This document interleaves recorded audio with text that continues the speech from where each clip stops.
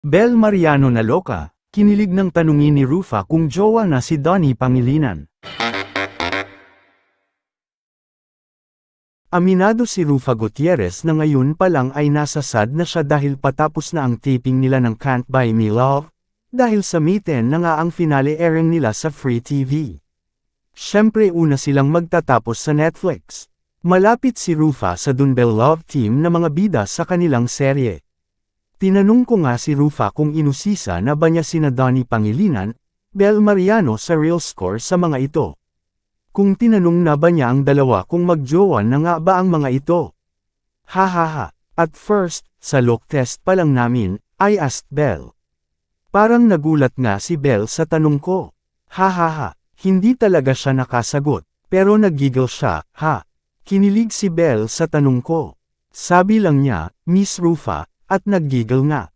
Siyempre kinilig din ako, say ni Rufa. Pero lately naman daw, hindi na nagtatanong si Rufa kay Bel lalo na at close na silang dalawa. Ganun naman, kapag close mo na, hindi ka na magtatanong. You respect their privacy. Hahaha, chika ni Rufa. Si Donnie, never daw tinanong ni Rufa. Noon pa kasi ay close na si Rufa sa pamilya ng binata. Malapit si Rufa sa parents ni Donnie na sina Maricel Lacsa, Anthony Pangilinan. Actually, 2007 pa lang ay nakikita na ni Rufa si Donnie at ang iba pang mga anak ni na Maricel, Anthony.